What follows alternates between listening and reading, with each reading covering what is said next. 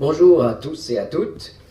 Nous avons le privilège de traiter ce matin le sujet le Messie dans le temple au temps de Jésus-Christ, et nous allons nous occuper aussi du symbolisme du temple à la lumière du Nouveau Testament.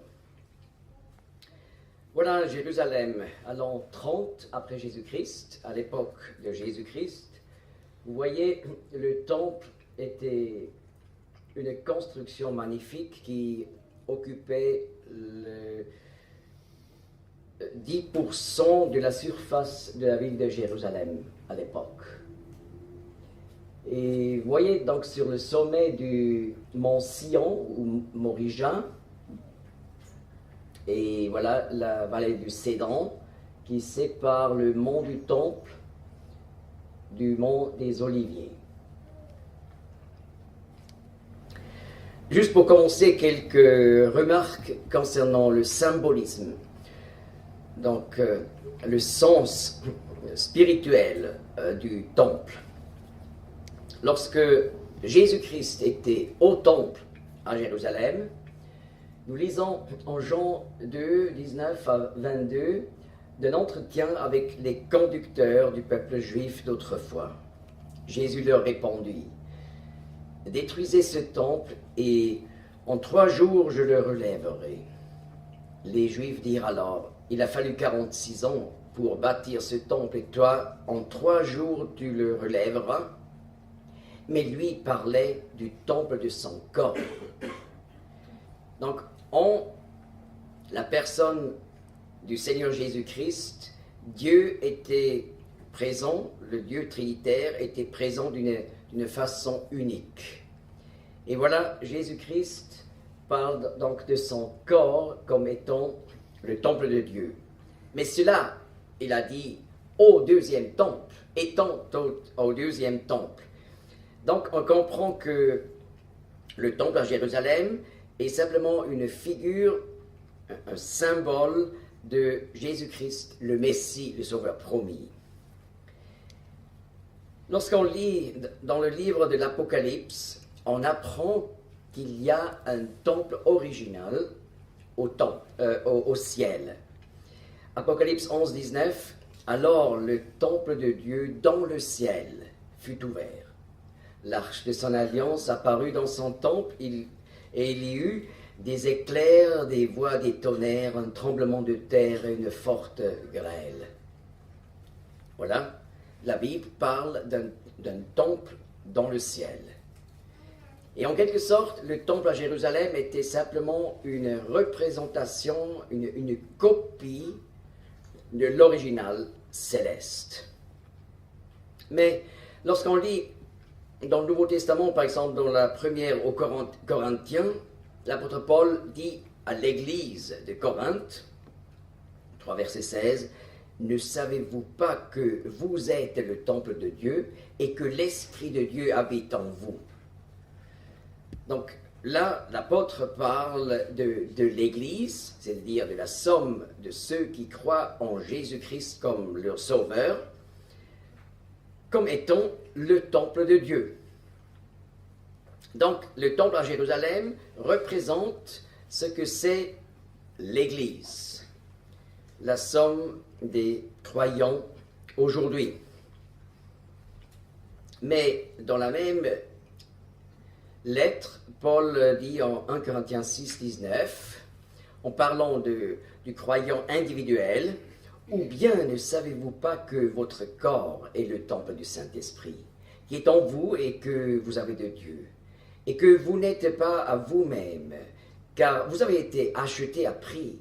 Glorifiez donc Dieu dans votre corps et dans votre esprit qui appartiennent à Dieu. » Donc ici, on voit que le temple de Jérusalem représente le croyant individuel, le Saint-Esprit habitant en lui.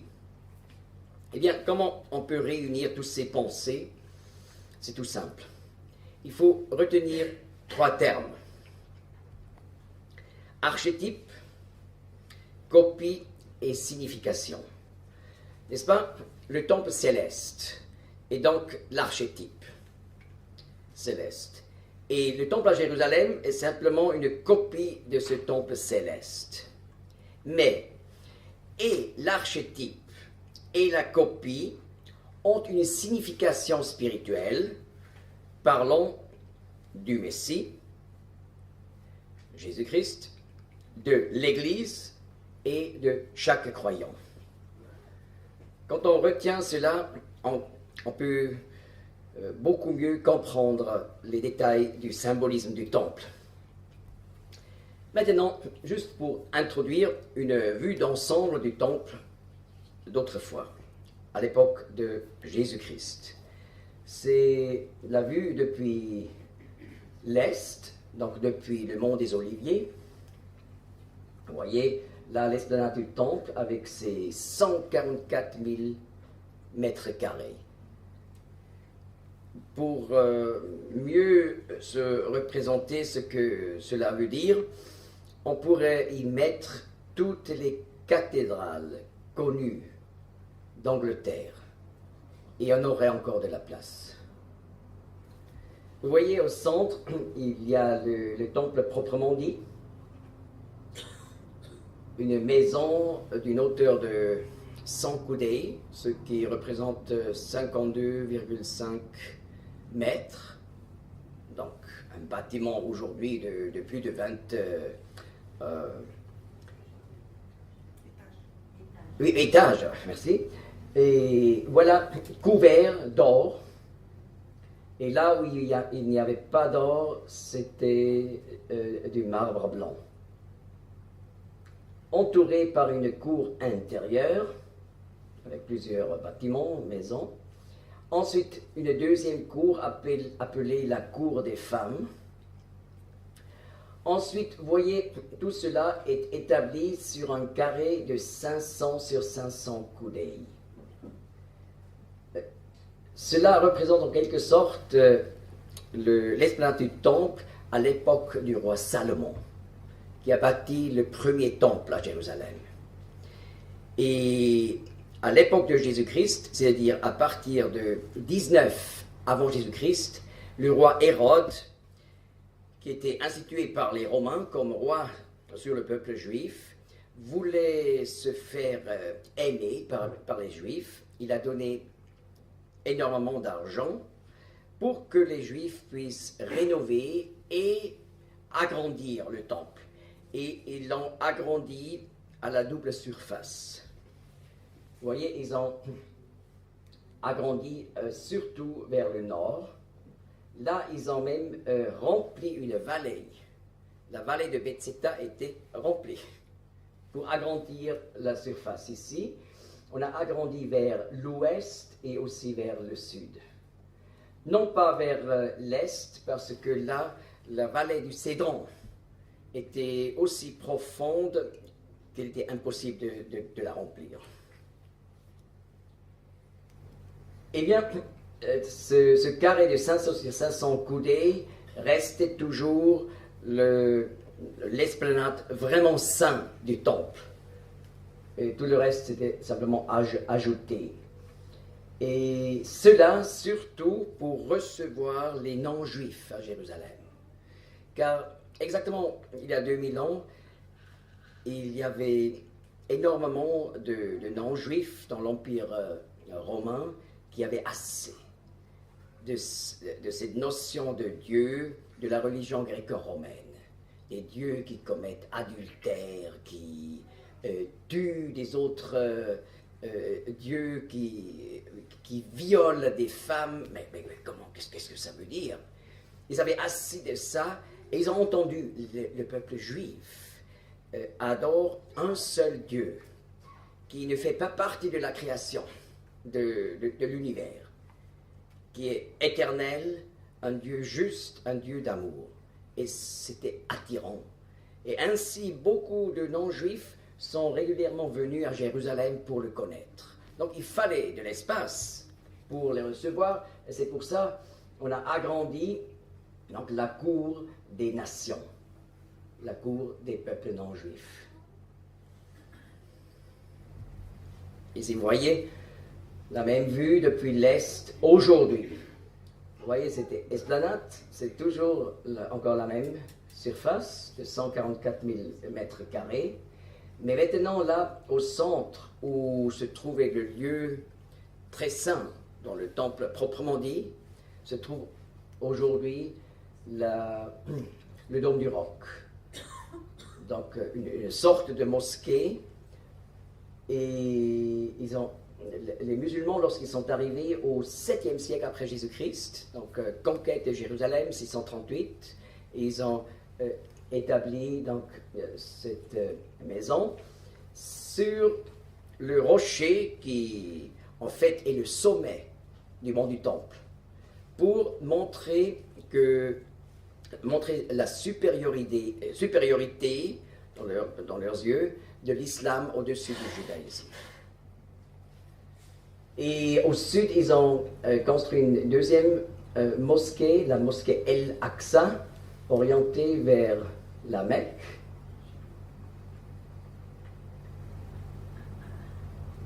Voilà. Mais autrement, nous allons voir aussi ce qu'on peut encore retrouver du temple d'autrefois, sur cette esplanade. Ici, vous voyez la vallée du Cédron. Et là encore, la porte de l'Est, la porte d'or, la porte dorée, vous voyez, barrée, l'entrée est barrée. Cette construction date du temps des Byzantins, donc environ 5e siècle après Jésus-Christ, mais à l'intérieur de ce bâtiment, on trouve encore les poteaux originaux, donc une pierre, un monolithe de 4 mètres et demi, et de l'autre côté 3 mètres et demi, qui sont encore les poteaux originels de la porte orientale du temple d'autrefois, au moins de l'époque de Néhémie, donc l'époque du 5e siècle avant Jésus-Christ. Mais les musulmans ont barré cette porte parce qu'ils savent que dans la Bible, il est écrit que le Messie, le Sauveur promis, lorsqu'il reviendra comme roi, viendra sur le mont des Oliviers. Donc pour empêcher son entrée à Jérusalem, on a fermé la porte. Voilà une vue depuis le sud-est. D'ailleurs, au sud était l'entrée principale vers le temple. Une vue d'aujourd'hui, voilà, au sud et là à l'ouest. Et maintenant, vous voyez le mur de lamentation, où les Juifs aujourd'hui prient, forment un reste de ce mur ouest de l'expansion du temple. D'ailleurs, on a construit un tunnel en dessous de toutes ces maisons-là, qui date du Moyen-Âge, fait par les musulmans.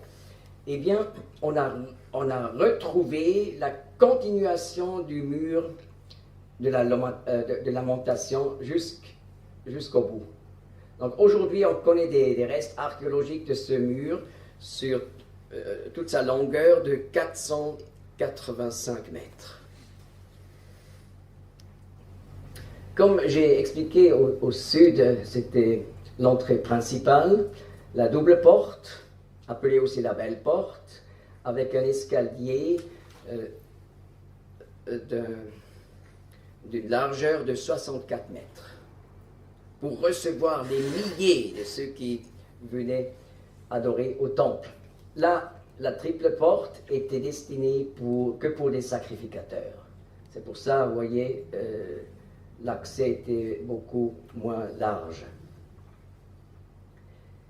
Lorsqu'on est allé à Jérusalem comme juif du pays entier, pour les fêtes obligatoires, la Pâque, Pentecôte et la fête des tabernacles en automne, on a chanté sur le chemin les cantiques des degrés. Ce sont les psaumes 120 à 134, à l'accompagnement de flûtes. Et voilà, par exemple, psaume 122, verset 1er, « Je me suis réjoui quand ils m'ont dit, allons à la maison de l'Éternel. » Eh bien, accompagnons les Juifs au temple. Nous sommes ici devant la belle porte, la double porte, accès principal pour le peuple. Et d'ailleurs, dans le Nouveau Testament, l'histoire en Acte 3 qui parle de la guérison du paralytique à la belle porte, donc on peut exactement se représenter le lieu exact de cette histoire.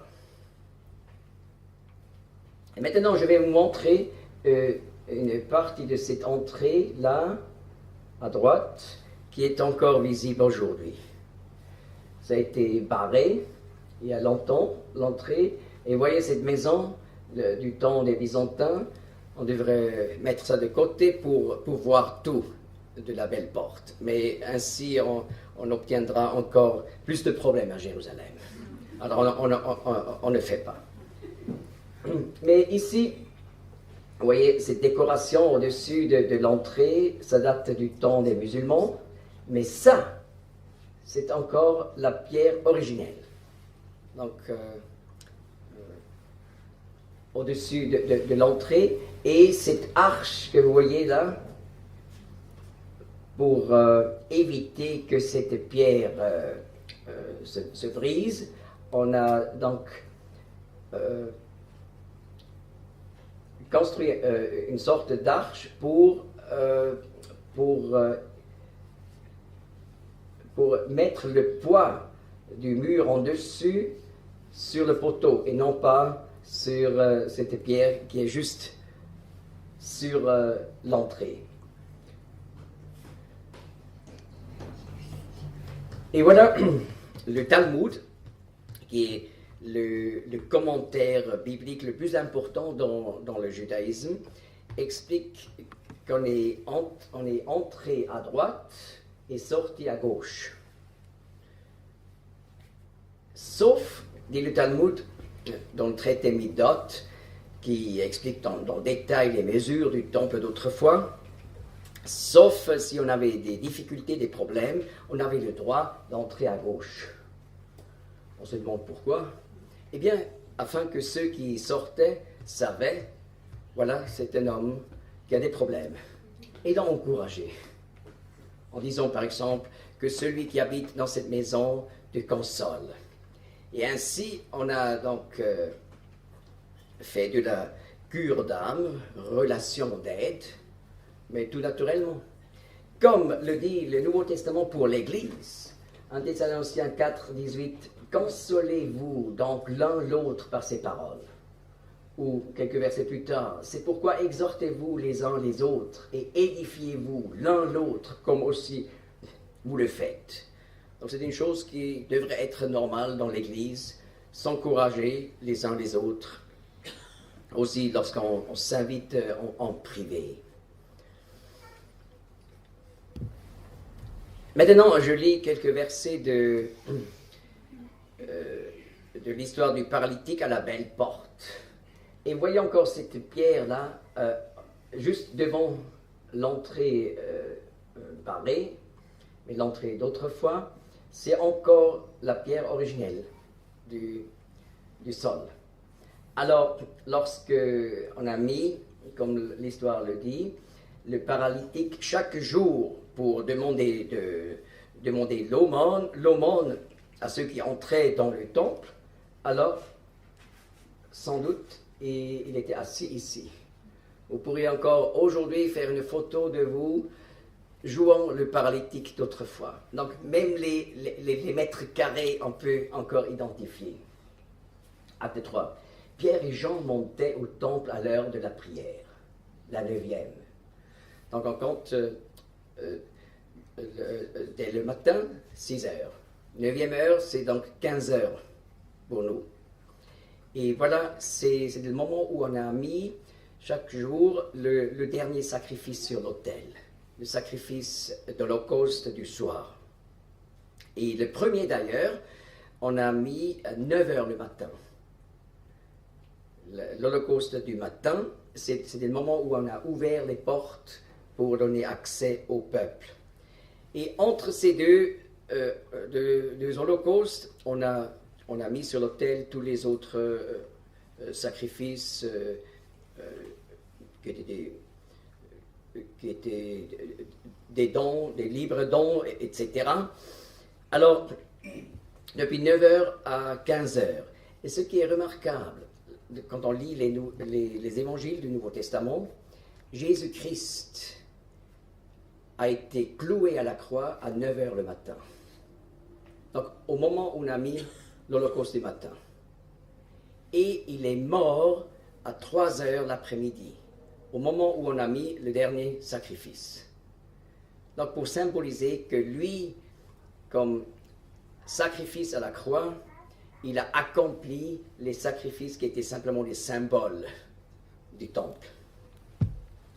Alors, vous voyez, Pierre et Jean montaient au temple à l'heure de la prière, la 9e.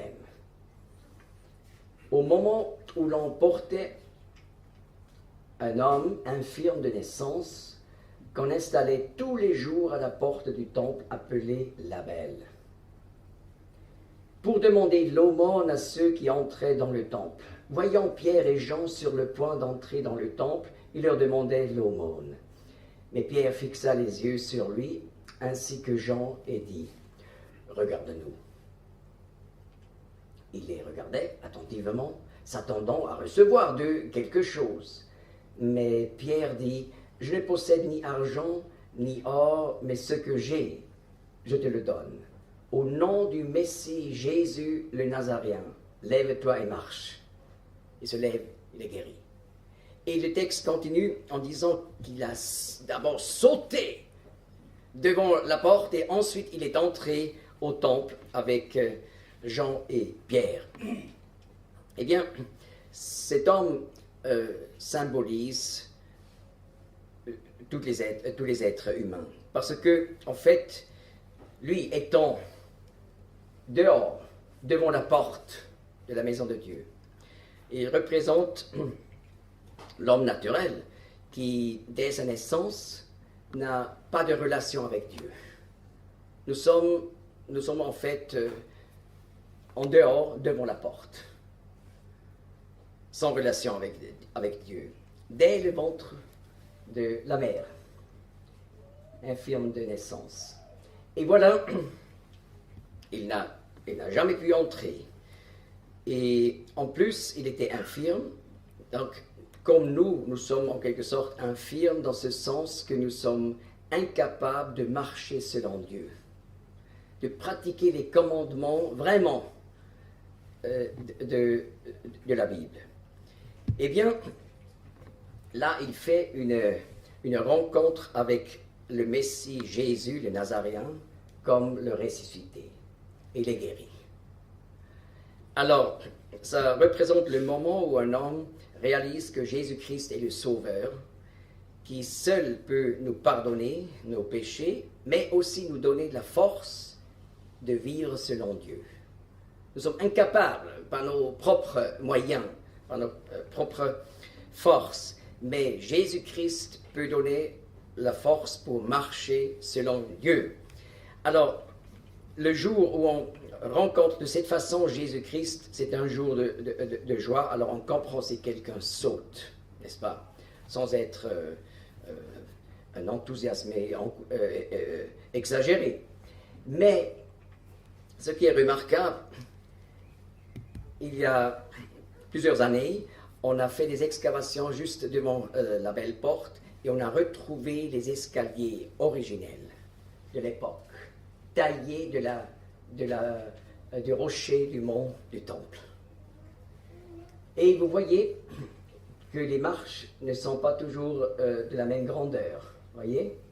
Et voilà, les architectes de l'époque ont fait exprès, comme ça, pour décourager les gens qui venaient au temple de courir ou de sauter sur les escaliers, mais pour encourager à monter d'une façon digne vers la maison de Dieu. Eh bien, dans le passé, lorsque nos enfants étaient encore petits, j'ai commencé à prendre un après l'autre, lorsque j'ai donné des conférences en Israël, de venir avec moi seul. Et j'ai dédié quelques jours de voyage avec un enfant. Alors, voilà l'époque où je suis allé avec Tirsa à l'âge de 6 ans. Maintenant, il a 25 ans. À 6 ans, alors, j'ai fait de l'archéologie biblique avec elle. J'ai dit, alors, cours sur ces escaliers. J'ai essayé. Elle dit, Scott Newt. Ça veut dire, en suisse allemand, ça ne marche pas. Alors, j'ai expliqué, tu vois, les architectes d'autrefois, ils ont construit les escaliers de cette façon pour décourager de sauter sur ces escaliers. Mais, voyez, mais en acte 3, nous lisons que ce paralytique, il sautait là où normalement on ne devrait pas sauter. Mais on le comprend. Et voilà le livre des psaumes qui était donc le livre des cantiques au temple. Là, on lit dans le psaume 40, « Il m'a fait monter et il a mis mes pieds sur un roc, il a établi mes pas. Et il a mis dans ma bouche un cantique nouveau, la louange de notre Dieu. » C'est exactement l'expérience de ce paralytique qui recevait donc des pieds établis sur le roc. Ici devant l'entrée. J'ai encore quelques remarques concernant cette maison, juste à côté de l'entrée principale. C'était un bâtiment des bains rituels. Il faut que j'explique. Selon la loi juive dans la Bible, dans la Torah, on appelle la Torah les 5 livres de Moïse. Et là, il y a des lois pour le peuple juif de se purifier régulièrement dans des bains rituels. Je lisais par exemple Lévitique 15 pour comprendre dans quel cas et comment. Eh bien, par ces lois d'ailleurs, le peuple juif aussi, surtout dans le passé, était le peuple qui pratiquait le plus la hygiène. Par exemple, au Moyen-Âge, ici en Europe, 14e siècle, cette période terrible néfaste de la peste, où un tiers de la population européenne est mort, est décédé. Alors on réalisait, mais parmi les Juifs, il y a si peu de morts. Sans doute, c'était les Juifs qui ont empoisonné les puits. Alors, à l'époque, on a tué 1 million de Juifs à cause de ça en Europe. Mais ce n'était pas parce qu'ils ont empoisonné les puits pour produire de la peste chez les autres, mais c'était eux seuls qui ont pratiqué cette hygiène par les bains rituels. Mais il y a une signification plus profonde. J'ai pris cette photo juste à côté des escaliers. Donc c'est le bain, un des bains originels dans cette maison publique de bains rituels. Et vous voyez là ces escaliers, et ici une petite séparation qui indique 2 chemins. Un chemin large, un chemin étroit. Un peu plus loin, j'ai photographié ce bain, où vous voyez aussi les 2 chemins, mais là aussi par ces pierres, indication de 2 portes d'entrée. Eh bien, Jésus-Christ, dans son discours sur la montagne, Matthieu 7, verset 13, dit, et on comprend mieux lorsqu'on connaît le contexte juif, n'est-ce pas? Entrez par la porte étroite, car large est la porte et spacieux le chemin qui mène à la perdition. Et nombreux sont ceux qui s'y engagent, car étroite est la porte et resserré le chemin qui mène à la vie, et peu nombreux sont ceux qui le trouvent. Eh bien, selon la Bible, nous sommes tous sur le chemin spacieux. Et c'est le chemin qui va en bas vers la perdition éternelle. Donc, si quelqu'un voudrait savoir qu'est-ce que je dois faire pour aller à l'enfer, on peut répondre, tu ne dois rien faire, simplement continuer comme tu as fait.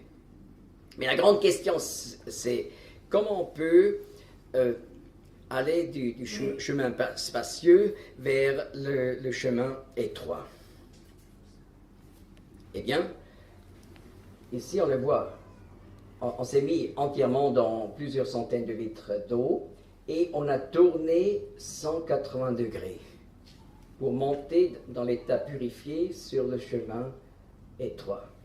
Donc il faut un détournement complet. Notre chemin naturel est le chemin où nous avons Dieu dans notre dos. Mais il faut se tourner. C'est ça qu'exprime le terme conversion. C'est se tourner vers Dieu, se détourner du chemin du passé. Et la Bible nous dit, si nous confessons nos péchés, Dieu est fidèle et juste pour nous pardonner. Et voilà, on entre dans cette eau qui purifie. Et ainsi, cela symbolise le pardon, la purification que Dieu nous donne lorsque nous faisons ce détour de 180 degrés. D'ailleurs, en Éphésiens 5, nous avons une allusion à ces bains rituels où il est dit que Jésus-Christ sanctifie l'Église en la purifiant par le lavage d'eau, par la parole. Donc le lavage d'eau est assimilé ici à la parole de Dieu. Quand on lit la Bible, on réalise ce qui n'est pas juste dans notre vie aux yeux de Dieu. Eh bien, cela devrait nous amener à la repentance, à la confession de nos péchés dans la prière personnelle, et ainsi Dieu pardonne, parce qu'il a promis. Et ainsi, la Bible devient un lavage d'eau, la parole.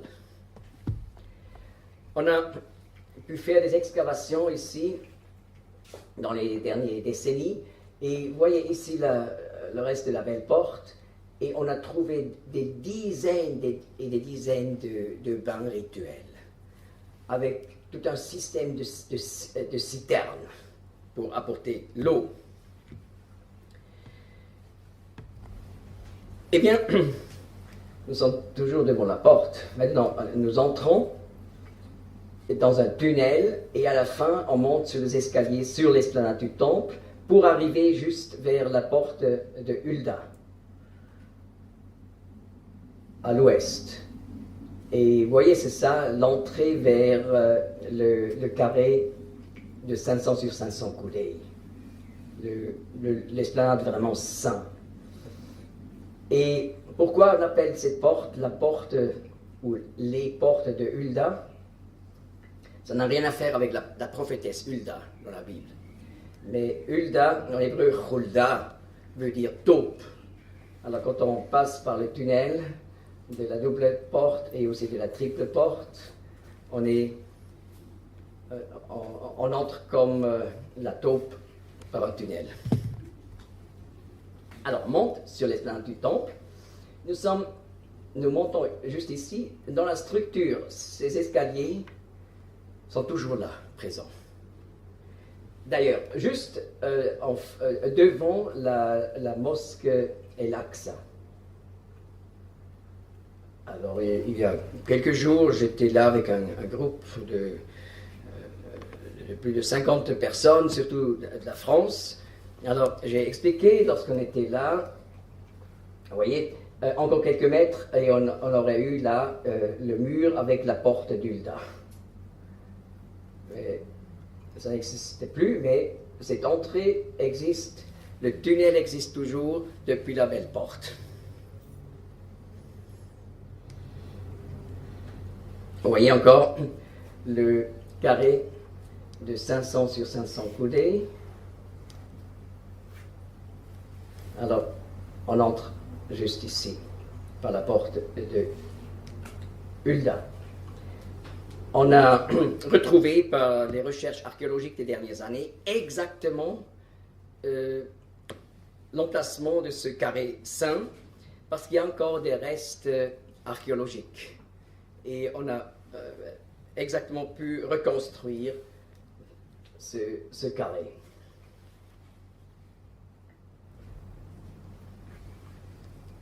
Mais lorsqu'on entre dans ce carré, un peu plus loin, il y a déjà de nouveau un mur, un petit mur. Vous voyez, de pierre et dessus une construction de bois.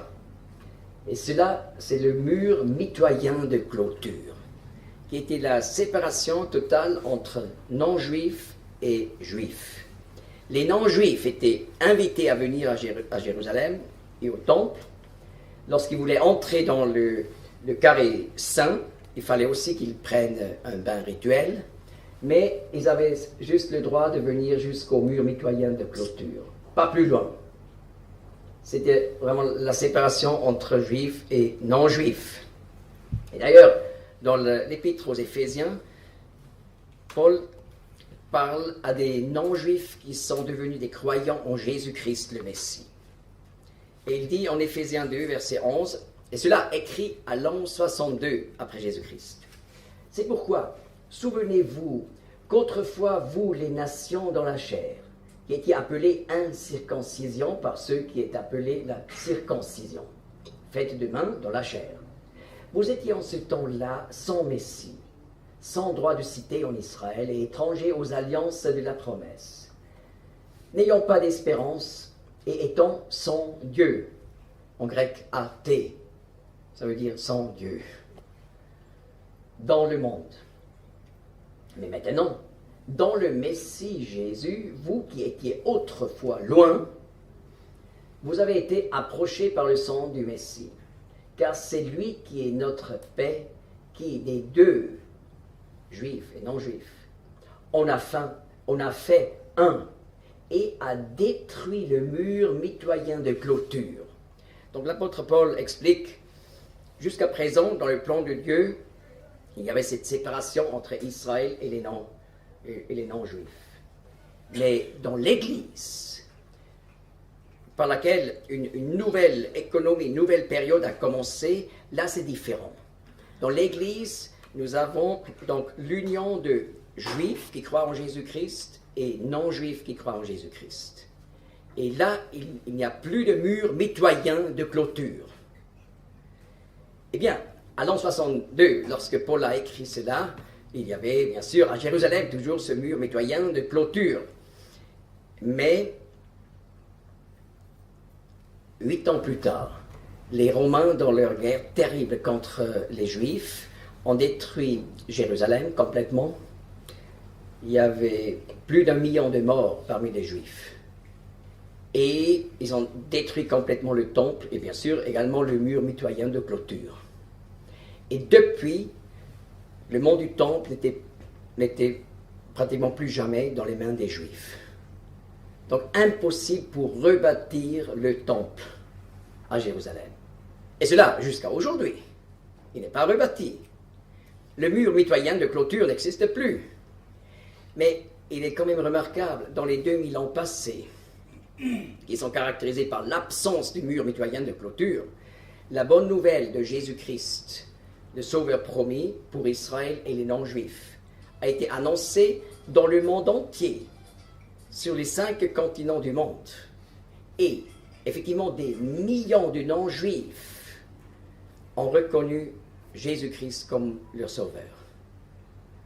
N'est-ce pas? Il y a énormément de croyants en Chine. Et on pense à peu près 80 millions de Chinois qui sont membres des églises clandestines en Chine, qui étaient persécutés dans les décennies passées pour leur foi. Ça prouve que ce n'était pas simplement un christianisme extérieur. Quand on est persécuté pour sa foi, c'est une preuve de la véracité de sa foi. Donc seulement parmi les Chinois, il y a 80 millions. Et vous voyez, dans tous les peuples, dans toutes les nations, l'évangile a été annoncé et il y a des millions et des millions de vrais croyants qui ont une relation personnelle avec Jésus-Christ et aussi parmi le peuple juif. N'est-ce pas? Parmi les 14 millions de juifs mondialement, nous comptons aujourd'hui environ 400 à 500 000 juifs qui croient en Jésus-Christ comme le Messie. Et voilà, ces juifs croyants et les non-juifs croyants sont unis dans l'Église. Il n'y a plus un mur mitoyen de clôture. D'ailleurs, on a trouvé c'était mise en garde pour les nations, une inscription grecque qui explique que les non-juifs au temple n'ont pas le droit de continuer et de passer outre cette ligne, cette démarcation du mur mitoyen de clôture.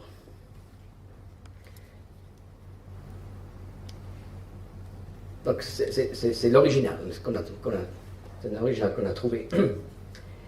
Alors maintenant nous continuons le mur mitoyen de clôture. Nous allons plus loin vers cette terrasse juste au sud de la cour intérieure, autour du temple proprement dit. Cette terrasse est intéressante parce que là, le jour du sabbat, et aussi pendant les grandes fêtes comme Pâques, Pentecôte, les grands rabbins de la cour suprême, la cour de justice, sont arrivés ici pour répondre à des questions du peuple. Alors, tout le monde avait le droit de poser des questions bibliques aux meilleurs rabbins d'Israël. Et bien, par cela, nous comprenons mieux l'histoire dans le Nouveau Testament de Jésus-Christ à 12 ans, qui est allé avec les parents, Marie et Joseph, pour fêter la Pâque à Jérusalem. Et les parents ne voulaient rester que les 2 jours obligatoires, ensuite retourner à Nazareth. Mais lorsqu'ils sont retournés, ils réalisent, mais finalement, où est Jésus? Ils sont finalement revenus à Jérusalem, ils le trouvent dans le temple. Et le texte biblique dit, il arriva après 3 jours qu'ils le trouvèrent dans le temple, assis au milieu des docteurs, les écoutant et les interrogeant. Alors, on sait exactement sur quel mètre carré sur l'esplanade du temple aujourd'hui ça s'est passé. Je peux vous le montrer. J'ai aussi montré à ce groupe les derniers jours. Je continue. Tous ceux qui l'entendaient étaient stupéfaits de son intelligence et de ses réponses. Eh bien, cela montre une chose extraordinaire. Les rabbins n'ont pas posé des questions au peuple. Mais là, lorsqu'ils ont réalisé la compréhension de ce garçon de 12 ans, ils ont réalisé, mais il n'y a personne qui connaît la Bible comme lui. Et ils ont commencé à lui poser des questions. Et ils étaient stupéfaits de ses réponses.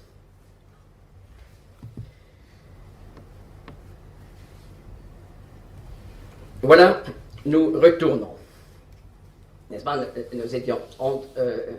Nous sommes déjà entrés là dans le carré saint, mais nous retournons pour voir encore ce portique magnifique au sud, qui était le plus magnifique dans le temple. On l'appelait le portique royal. Donc, c'est la traduction du terme grec basilica. Une basilique dans l'Antiquité, c'était donc un bâtiment dans le monde gréco-romain, un bâtiment où il y avait le siège de la cour de justice et du marché. C'était la même chose ici. Dans ce portique royal, on vendait des sacrifices, ici, et là, au coin sud-est, c'était le siège du Sanhédrin, la cour suprême, depuis l'an 30 après Jésus-Christ. Donc, par ça, nous savons que le procès contre Jésus devant le souverain sacrificateur Caïphe, c'était ici. On peut exactement localiser. Et bien sûr, nous connaissons, je pense, ces histoires comme Jésus-Christ au début de son ministère public de 3 ans, et à la fin, il a chassé les vendeurs du temple. Bien sûr, c'était agréable quand on arrivait, par exemple, de Nazareth au temple, pour pouvoir acheter ici, sur place, des sacrifices. parce que apporter des animaux depuis Nazareth, c'est un peu compliqué. Mais il y avait des alternatives. Par exemple, sur le mont des Oliviers, on pouvait aussi acheter des sacrifices. Alors Jésus-Christ ne voulait pas qu'on ait ici un marché où les vendeurs crient, parce que c'était la place pour les non-juifs, pour pouvoir se concentrer, pour adorer Dieu. C'est pour ça qu'il les a chassés. Mais avec ça, il s'est mis en opposition avec la Cour suprême qui a donné la permission pour le marché. Donc, ainsi, la Cour suprême d'Israël était forcée pour vérifier la question. Si cet homme de Nazareth est le Messie, alors il est placé au-dessus de la Cour suprême. Mais s'il n'est pas le Messie, c'est un rebelle qui doit mourir. Et il est remarquable, après la deuxième fois où Jésus-Christ a chassé les vendeurs, quelques jours après, il a été crucifié. Donc, ce portique royal est vraiment d'une grande importance. Nous sommes maintenant là au milieu, c'est comme une cathédrale. D'ailleurs, la construction de beaucoup d'églises dans l'histoire européenne sont en fait des copies de ce portique royal du temple. Alors, vous voyez là, au milieu, nous regardons vers l'est, le siège du Sanhédrin. C'était là où Jésus-Christ a été condamné à mort par Caïphe, le souverain sacrificateur. Matthieu 27, verset 1er, « Le matin venu, tous les principaux sacrificateurs et les anciens du peuple tinrent conseil contre Jésus pour le faire mourir. Après l'avoir lié, ils l'amenèrent et le livrèrent à Pilate le gouverneur. » Il faut que j'explique. Les rabbins avaient établi une loi lorsqu'il s'agit d'un cas en rapport avec vie et mort. On n'a pas le droit d'avoir une session de justice pendant la nuit. C'est pour ça que nous lisons dans les évangiles, lorsque Jésus-Christ a été lié le soir, il a été amené dans la maison privée du souverain sacrificateur Caïphe et de son beau-père Anne. Et là, c'était une session de justice, mais inofficielle, pour pouvoir finalement accélérer et faire très vite la session officielle. Donc c'était une préparation inofficielle pendant la nuit. Et au moment où le soleil se levait sur le mont des Oliviers, eh bien, ils sont tout de suite allés pour faire la session officielle. Le matin venu, tous les principaux sacrificateurs et les anciens du peuple tinrent conseil contre Jésus. Et voilà, le souverain sacrificateur a décidé, il doit mourir, il n'est pas le Messie. C'est un rebelle. Et ainsi, il n'avait pas la possibilité pour exécuter la punition capitale parce que dès 6 après Jésus-Christ, les Romains ont enlevé ce droit aux Juifs. C'est pour ça qu'ils pouvaient décider la mort, mais ensuite ils devraient le livrer aux Romains pour que la punition capitale soit exécutée par crucifixion. Eh bien, il y a quelques années seulement, pendant des travaux de route à Jérusalem, on a trouvé un tombeau dans le rocher du 1er siècle, avec un grand nombre d'ossuaires. Un ossuaire, c'est donc une sorte de boîte où on mettait les ossements des morts. C'est pour ça, ossuaire. Donc, une boîte d'ossements.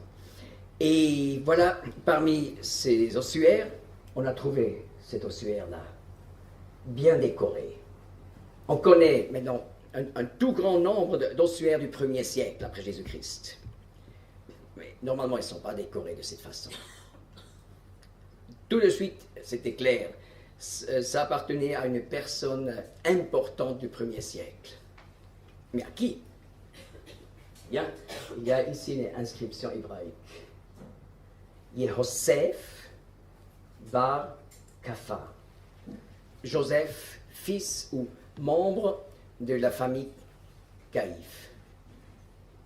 Eh bien, Flavius Joseph, l'historien juif du 1er siècle, il nous transmet que le souverain sacrificateur Caïphe du 1er siècle avait comme prénom Joseph.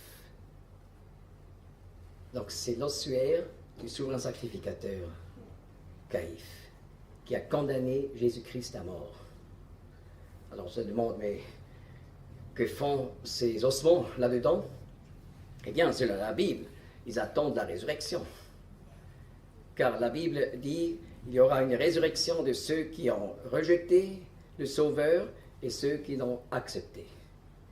Mais la résurrection de ceux qui ont rejeté Christ, c'est le jugement éternel. Donc, on a les ossements originels. D'ailleurs, d'un homme d'environ 60 ans, là-dedans. C'est vraiment extraordinaire, je trouve. Et vous voyez, le lieu exact du procès était ici, sur l'esplanade du temple, aujourd'hui.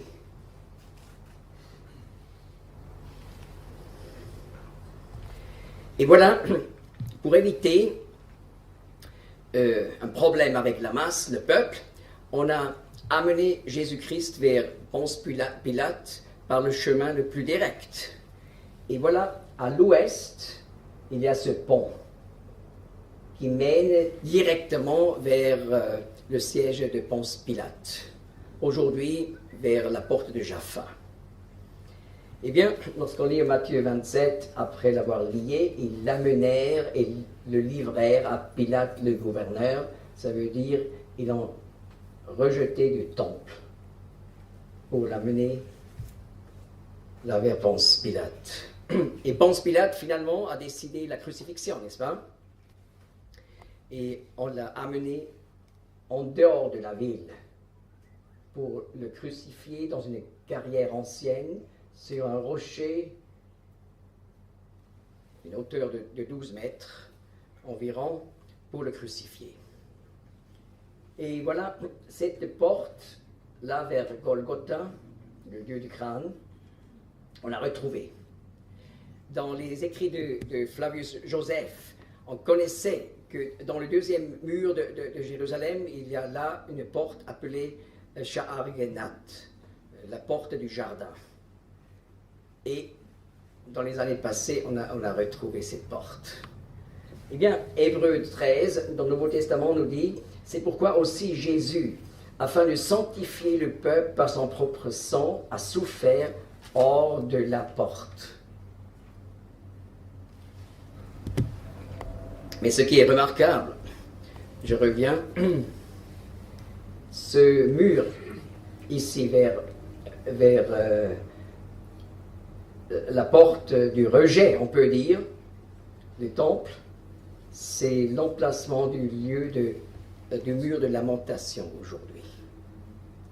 Donc là où le Messie a été rejeté il y a 2000 ans, c'est là où le peuple juif se lamente encore aujourd'hui. C'est quand même curieux.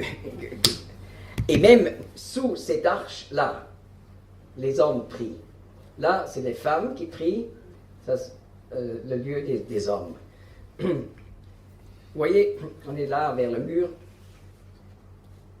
côté des hommes, et vous entrez ici sous cette arche. Nous allons à l'intérieur, et là vous voyez encore l'arche originelle, appelée l'arche de Wilson. Et en dessus était ce pont qui menait à Ponce Pilate. Et là, les Juifs prient et se lamentent encore aujourd'hui.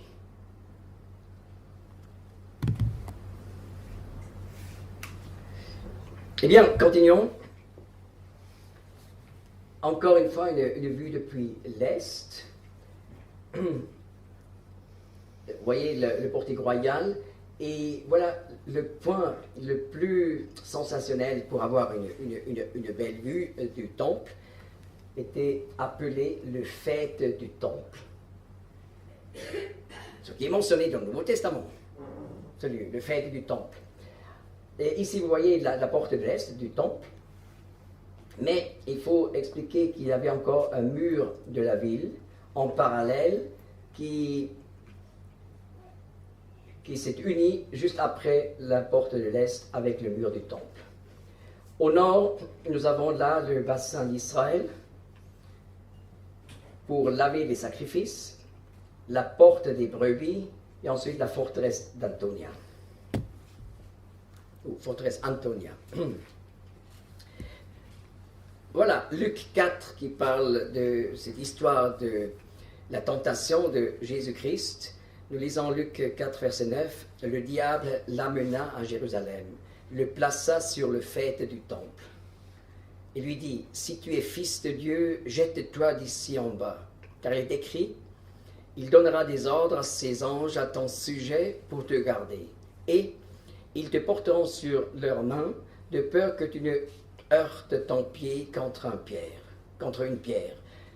Jésus lui répondit, il est dit, tu ne tenteras pas le Seigneur ton Dieu. Dans cette phase de tentation, dans le temple, le diable cite la Bible. C'est intéressant. Donc chaque fois, dans chaque tentation, Jésus-Christ a toujours cité un verset biblique. Mais là où le diable cite un verset biblique, Jésus-Christ continue à citer un verset biblique. Mais bien sûr, le diable ne cite pas selon l'ensemble du message de la Bible. Donc, il tire en quelque sorte hors du contexte. Mais Jésus-Christ, chaque fois en citant un verset, il le situe dans son sens général de la Bible. Alors, ça nous montre que si quelqu'un argumente d'une manière fausse avec la Bible, il faut continuer à répondre par la Bible, mais toujours en faisant attention que les versets sont en accord avec le contexte et le message général de la Bible. Et ici, vous voyez encore les pierres originales du faîte du temple. Tout en haut, voilà, ce sont des pierres de construction islamique, beaucoup plus petites, mais ceux-là, ces grandes pierres sont toujours celles de l'époque.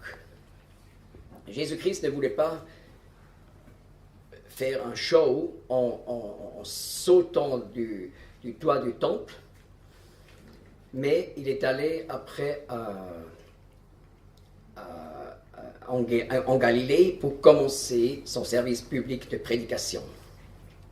Et selon Ésaïe 9, il est dit que la lumière du Messie sera visible d'abord en Galilée. Le peuple qui marchait dans les ténèbres a vu une grande lumière. Ceux qui habitaient dans le pays de l'ombre de la mort, la lumière a resplendi sur eux. Et cela, justement, en parlant de la région de la Galilée des nations. Donc Jésus-Christ n'a pas commencé à la capitale, mais au nord, en Galilée. Vous voyez ici la porte de l'Est encore, et cette porte dans le mur parallèle de la ville, c'est la porte de Mifkat. Aujourd'hui, la porte de l'Est, eh bien, par cette porte, on a amené le bouc émissaire du Yom Kippour pour sortir du temple, pour aller sur le mont des Oliviers. Ensuite, il a été chassé dans le désert. Donc, le bouc émissaire au Yom Kippour est sorti ici depuis la porte de l'Est, est descendu quelques escaliers pour sortir de la ville par la porte de Mifkat. Ensuite, il est descendu dans la vallée du Cédron, remonté sur le mont des Oliviers, et ensuite on l'a chassé. J'aimerais juste expliquer un peu le rituel, un peu de mots.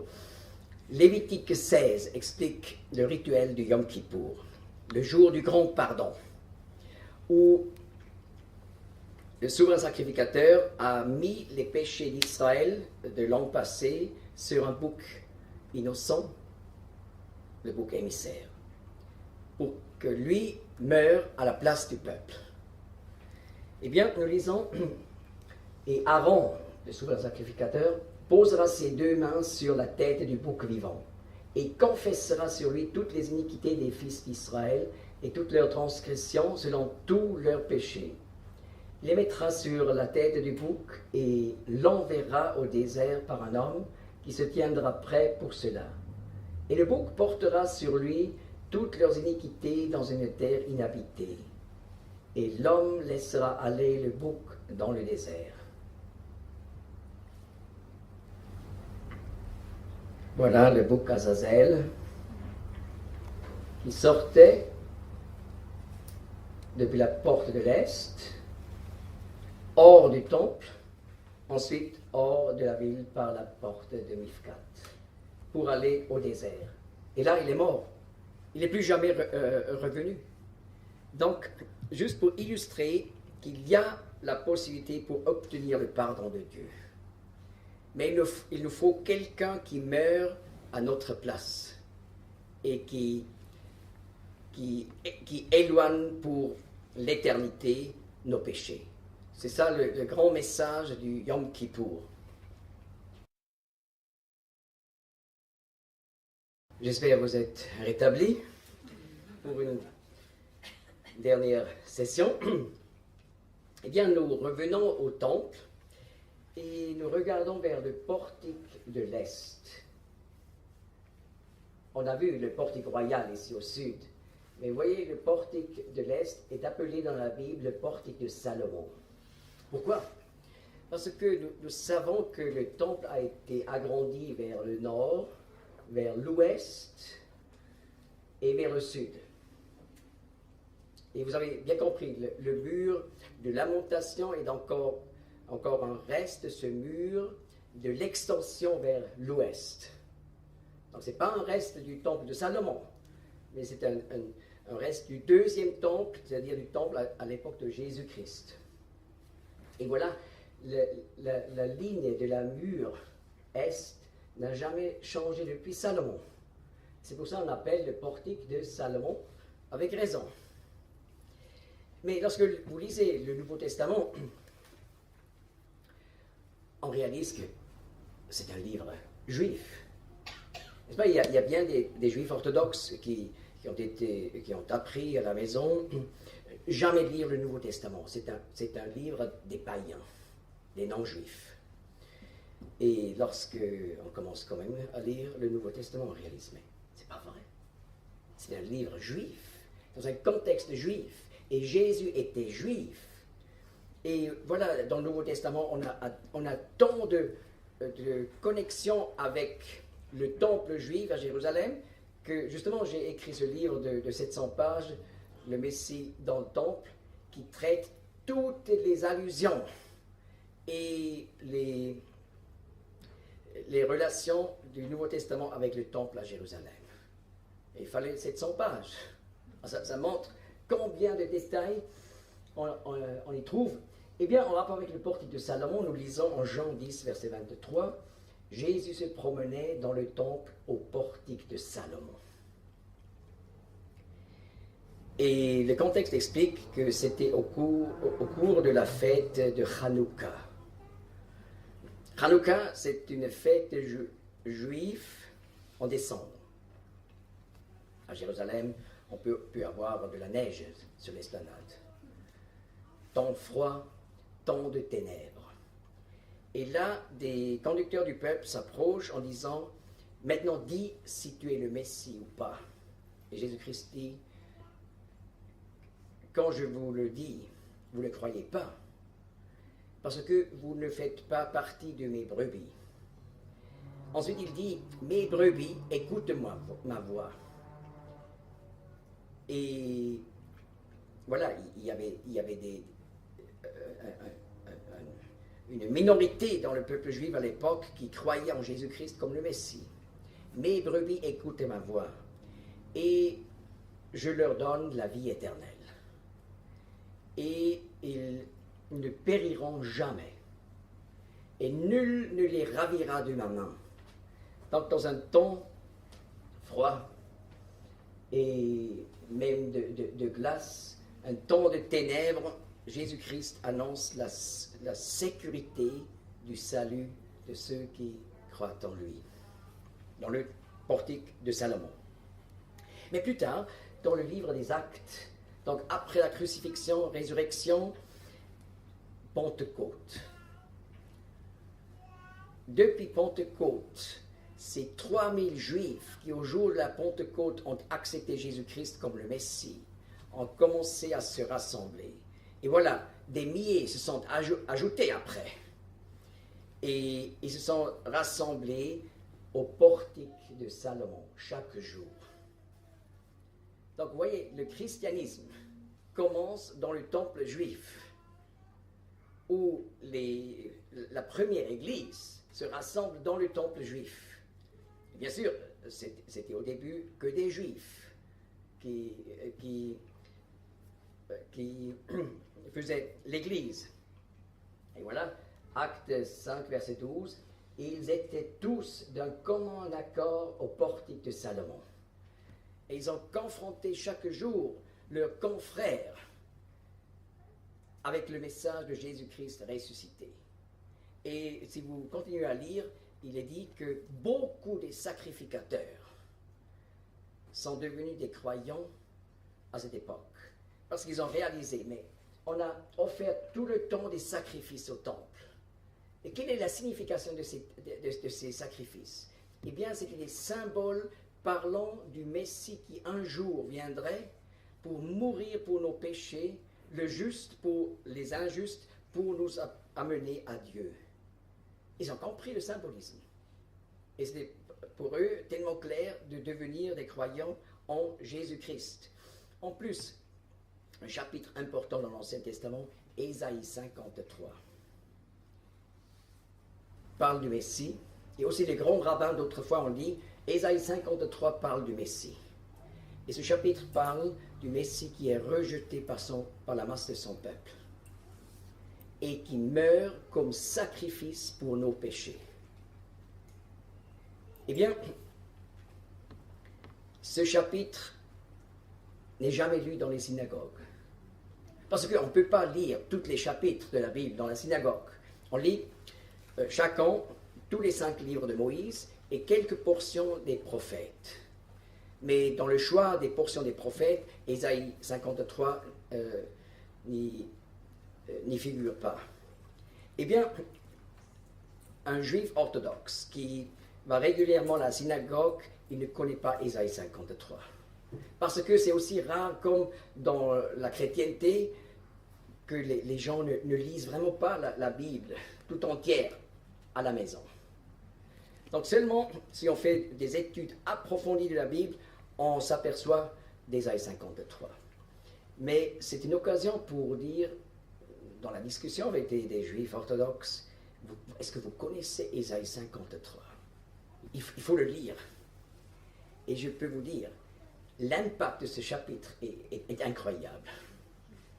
Et j'ai déjà cité le fait qu'il y a à peu près 400 à 500 000 Juifs croyant en Jésus-Christ comme le Messie. Et dans leur témoignage, vous allez voir, la plupart parlent du fait que ce chapitre était une clé dans leur histoire de conversion vers Dieu. Donc c'est un chapitre fantastique qui justement explique, depuis la vue vétérotestamentaire, que le sacrifice du Messie est la base pour avoir une relation avec Dieu. Et ainsi, donc, les Juifs croyants ont confronté chaque jour au temple les confrères avec le message du Messie, mort et ressuscité le 3e jour, car il a été vu par 500 personnes étant vivants. Alors maintenant, vous voyez ce mur est, c'était là, au long de ce mur, le portique de Salomon. C'est ça le commencement du christianisme. Ensuite, le bassin d'Israël, la porte des brebis, la forteresse Antonia. ici au nord, on a lavé les animaux pour les introduire ensuite par la porte des brebis, non pas par la belle porte. On les a introduits par la porte des brebis sur l'esplanade pour les utiliser justement comme sacrifice sur l'autel.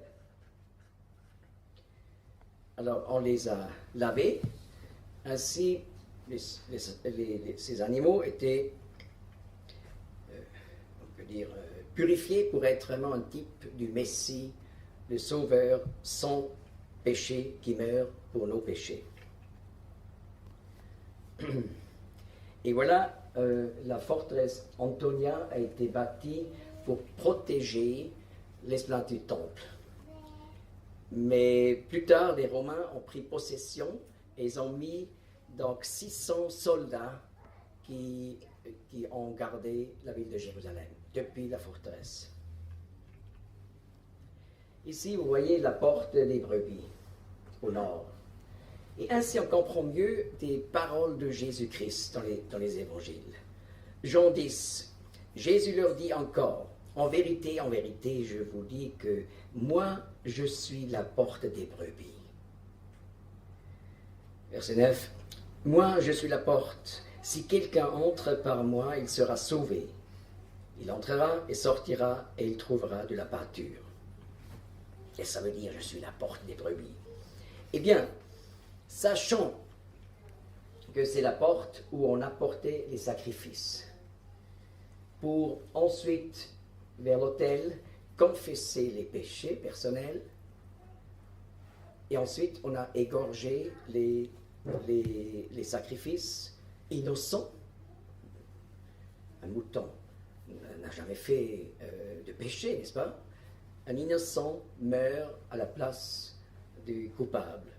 Eh bien, si Jésus-Christ dit « Moi, je suis la porte des brebis », cela veut dire « Si quelqu'un vient vers Dieu sur la base de mon sacrifice et confesse ses péchés, il sera sauvé. » Donc, c'est pris du monde des disciples et ils ont facilement pu comprendre. Aujourd'hui, vous voyez, l'emplacement du bassin d'Israël est encore visible. J'ai pris un petit avion et j'ai fait plusieurs fois le tour du mont du Temple. D'ailleurs, là où j'ai pris cette photo avec ma fille Tirsa de 6 ans, elle était derrière. Moi, j'ai ouvert la fenêtre pour ne pas avoir des reflets des vitres. Elle n'était pas d'accord après. Elle avait tout le vent dans son visage. Mais la chose est réglée entre deux. Alors, vous voyez, ici exactement, il y a toujours encore une porte à l'emplacement où il y avait la porte des brebis. Et ici, vers la forteresse Antonia, il y a maintenant une école musulmane. Mais juste pour montrer, on peut exactement connaître les lieux exacts et regarder vers la cour intérieure. Il y a plusieurs bâtiments et chaque bâtiment a une signification. Mais je ne vais pas continuer dans tous les détails, n'ayez pas peur. Je trouverai la fin finalement. Mais juste cette maison, j'aimerais mentionner parce que c'était la maison où les sacrificateurs dormaient lorsqu'ils avaient leur service. Lisez par exemple Luc 1, Zacharie, le père de Jean-Baptiste, avait donc son service comme sacrificateur du sabbat au sabbat, une semaine. Il a dormi dans cette maison. Il s'agit ici des demeures dont la maison du Père. N'est-ce pas, Jésus-Christ dans Jean 2 appelle le temple à Jérusalem la maison de son Père. Mais cette expression, la maison du Père, de mon Père, se retrouve encore une fois. C'est en Jean 14, dans le même évangile. La dernière soirée avant la crucifixion, Jésus-Christ est ensemble avec ses disciples. Et là, il dit, Jean 14, « Dans la maison de mon Père, il y a de nombreuses demeures. S'il en était autrement, je vous l'aurais dit, car je vais vous préparer une place. Et si je m'en vais et que je vous prépare une place, je reviendrai et je vous prendrai auprès de moi, afin que là où moi je suis, vous soyez aussi. Eh bien, là c'était clair, il ne parle plus du deuxième temple à Jérusalem, mais il parle de l'original. Donc, l'original, c'est le temple au ciel, et c'est ça l'avenir des chrétiens. Habiter un jour dans la maison du Père. Et voyez, cette maison est juste à côté du lieu très saint, le lieu du trône de Dieu, dans le ciel. Et il faut encore insister sur le fait que l'Épître aux Hébreux explique que le temple est seulement un ombre de cet original. Et voyez, l'ombre, c'est 2D, 2 dimensions seulement. Et voilà, l'original qui produit l'ombre, c'est 3D. Alors ça montre que c'est vraiment une réduction de ce que c'est que le ciel et la gloire céleste. Mais ça donne au moins un avant-goût. Regardez une fois au soleil l'ombre de votre main comparée avec votre main, et vous allez voir, c'est quand même une différence nette, n'est-ce pas? Mais ça donne donc un certain avant-goût de cette communion éternelle avec Dieu. Et la Bible nous explique que cette communion avec Dieu reste une communion consciente, c'est-à-dire la personnalité n'est jamais dissolue. N'est-ce pas? Je visite souvent des pays d'Asie extrême comme la Thaïlande, et voilà là j'ai affaire à des je prêche la parole de Dieu, la Bible, aussi pour les bouddhistes. Et là il est important d'expliquer leur vue après la mort. Ils espèrent, après tant de réincarnation, que ça finit finalement dans le nirvana, ou comme les bouddhistes disent, nibbana, mais c'est la même chose. C'est un participe qui veut dire éteint, comme une bougie éteinte. Donc ça veut dire plus de conscience de soi-même. C'est une annihilation de la personne. Et ça, c'est leur but, le but final. Alors j'explique. Et vous voyez, nous avons ce privilège d'avoir une communion avec Dieu qui est un Dieu personnel, qui dit Ehyeh, Asher Ehyeh, je suis celui que je suis. Et c'est pour ça, puisque Dieu nous a fait à son image, il a formé des personnalités, et nous resterons des personnalités, mais dans une communion donc consciente avec l'Éternel. Et vous voyez, c'est aussi un problème justement pour les bouddhistes, aussi les hindouistes, qui dit en fait c'est seulement une illusion, la notion de la personnalité. Alors vous voyez, il y a bien des couples où ça marche vraiment bien. Par exemple, en Inde, ils s'aiment vraiment. Mais en fait, selon leur religion, ils savent, en fait, c'est simplement une illusion. Parce que lorsque je dis « je t'aime », mais ça n'existe pas, le « je » et « te », le « toi », ça n'existe pas, c'est une illusion. Donc, « je t'aime », mais en fait, c'est une illusion. C'est pas facile pour eux. Et alors, c'est vraiment une bonne nouvelle de voir, oui, c'est une réalité, l'affaire de la personnalité, et Dieu est vraiment le « je suis que je suis », et nous serons une fois, comme croyants, dans une relation personnelle avec l'Éternel pour toujours. Voilà, la forteresse Antonia. Si vous lisez Acte 21, vous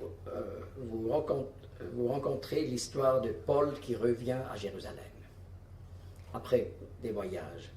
Et là, il est vu par des Juifs qui sont aussi arrivés de l'étranger, qui le reconnaissent et ils disent, voilà, c'est ce séducteur terrible qui enseigne parmi les Juifs en Turquie qu'il ne faut plus suivre la Torah. Et plusieurs sont sautés sur lui pour le tuer immédiatement. Mais à ce moment-là, les soldats de la forteresse sont descendus du toit pour le délivrer. Vraiment au dernier moment. Et ils le portent. Et ils montent les escaliers. Et nous savons exactement là, au coin nord-ouest, se trouvaient les escaliers qui menaient vers la forteresse Antonia.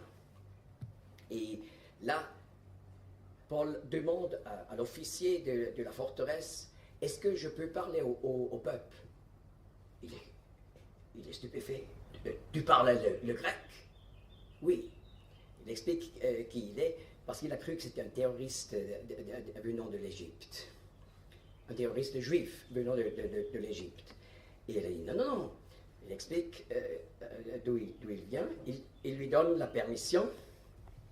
Et la Bible dit, en Acte 21, verset 40, la permission accordée. Paul, debout sur les marches, fit signe de la main au peuple et un grand silence s'établit. Il leur adressa la parole en langue hébraïque. Achim ve avotai. Shim'u, frères et pères, écoutez maintenant ce que j'ai à vous dire pour ma défense. Donc il était sur l'escalier, juste sur le toit, et ainsi il pouvait s'adresser à la foule. Il explique comment autrefois il a persécuté les Juifs croyant en Jésus-Christ. Mais ensuite il a rencontré Jésus le ressuscité. Il a tourné complètement. Et c'est pour ça qu'il dit, Jésus-Christ m'a donné le devoir d'annoncer son message loin vers les nations. Il a dit, il va loin vers les nations parce que ici, ils ne t'écouteront pas. Et Luc, l'écrivain des Actes, explique, lorsqu'il a dit cela, voilà donc une sorte de révolution, tout le monde crie mort à Paul, il a été évacué dans la forteresse par les Romains. Mais là, dans la cour des nations, qui a été construite pour atteindre justement les non-juifs, il fait un plaidoyer pour la mission mondiale parmi les non-juifs, ce qui n'était pas apprécié. Là, dans la cour des nations, il y a une certaine ironie dedans, n'est-ce pas? Et voilà, depuis ce moment-là, où il a pris refuge dans cette forteresse, il a été amené finalement à Rome. Et c'est ici le commencement de son 4e voyage de mission, pour aller finalement vers l'empereur Néron, pour lui annoncer la bonne nouvelle de Jésus-Christ. Eh bien, vous voyez encore l'emplacement de la forteresse aujourd'hui. Et on trouve encore des trous, des poutres du toit du portique au nord. Ils sont encore là présents dans le rocher. Juste en dessous de l'emplacement de la forteresse, vous voyez. Maintenant, allons voir la cour intérieure et d'abord la cour des femmes. La cour des femmes était une cour pas seulement pour les femmes, mais c'était le lieu spécial où les femmes se rassemblaient pour prier. Mais aussi les hommes avaient le droit, les enfants, d'y accéder. Et même pendant les grandes fêtes au temple, Pâques, Pentecôte et la fête des tabernacles, le peuple se rassemblait ici dans la cour des femmes pour célébrer le culte. Donc c'était la synagogue sous plein air, dans le temple, on peut dire. Et vous voyez ici ces 15 escaliers semi-circulaires. C'était sur ces 15 marches semi-circulaires devant la monumentale porte de Nicanor, où le chœur et l'orchestre des sacrificateurs et des Lévites se tenaient pendant les grandes fêtes pour chanter les psaumes. Et par les recherches archéologiques des dernières années, on a exactement pu prouver que l'emplacement de ces escaliers musulmans depuis l'est qui mènent vers le dôme du rocher, dôme du roc, c'est exactement l'emplacement où il y avait ces escaliers semi-circulaires à l'époque. Là, on chantait les psaumes dans le temple. Alors si on pourrait enlever ces pierres, sans doute on retrouverait encore des restes de ce podium de l'orchestre et du chœur. Voilà, il y avait aussi des portiques à l'intérieur de la cour des femmes, où il y avait plusieurs trésors. On pouvait mettre de l'argent. Maintenant, vous comprenez, lorsque vous lisez dans les évangiles, Marc 12, 41, parlant de Jésus-Christ, assis en face du trésor, Jésus regardait comment la foule jetait de la monnaie au trésor. De nombreux riches y jetaient beaucoup. Une veuve pauvre vint et y jeta 2 pites. Voilà, 2 pites. C'est la plus petite pièce de monnaie de l'époque. Ce qui fait le quart d'un sou. Ayant appelé ses disciples, il leur dit, « En vérité, je vous dis que cette veuve pauvre a jeté au trésor plus que tous ceux qui y ont jeté. Car tous y ont jeté de leur superflu, mais celle-ci y a jeté de son dénuement tout ce qu'elle possédait, tout ce qu'elle avait pour vivre. » Eh bien, c'est difficile de se prononcer sur ce texte, n'est-ce pas? Il a donné tout en sachant que l'Éternel pourvoira demain. Et d'ailleurs, sur les pièces de 5 francs en Suisse, sur les bords, il est écrit « Dominus providebit », le Seigneur pourvoira. C'est encore un témoignage où la Suisse était encore un pays chrétien. C'est encore un reste archéologique, on peut dire. Oui, quelle est notre attitude vis-à-vis de l'argent? C'est là où la foi pratique se montre. Si on a vraiment la confiance en l'Éternel pour demain, et non pas en l'argent à la banque et en toutes les assurances que nous avons. N'est-ce pas? C'est là une tension entre la vie moderne et la vie de la foi. Mais il est possible de suivre cette attitude intérieure de cette veuve. Mais nous pouvons exactement localiser où cette histoire a déroulé. Et voilà, pendant la fête des tabernacles, on a allumé ces 4 chandeliers dans la cour des femmes, une hauteur de plus de 27 mètres.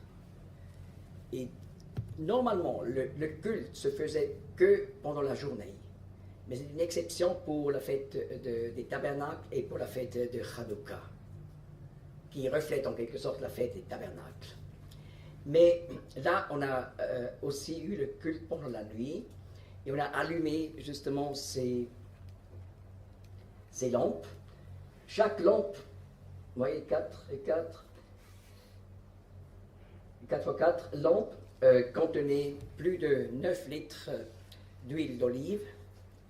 Et pour faire brûler, on a utilisé des vêtements usés des sacrificateurs. Vous voyez, le recycling, il semble que c'est une idée juive. Non, je blague. Mais juste pour dire comment pratiquement ça a été réalisé. Alors les rabbins d'autrefois nous transmettent le fait que pendant les nuits, on a vu la lumière du temple dans toutes les ruelles de Jérusalem. et lisez l'Évangile, Jean 7. Jésus-Christ est au temple pendant la fête des tabernacles. Et ça continue au chapitre 8, où il dit finalement au verset 12, Jésus leur parla encore, « Moi, je suis la lumière du monde.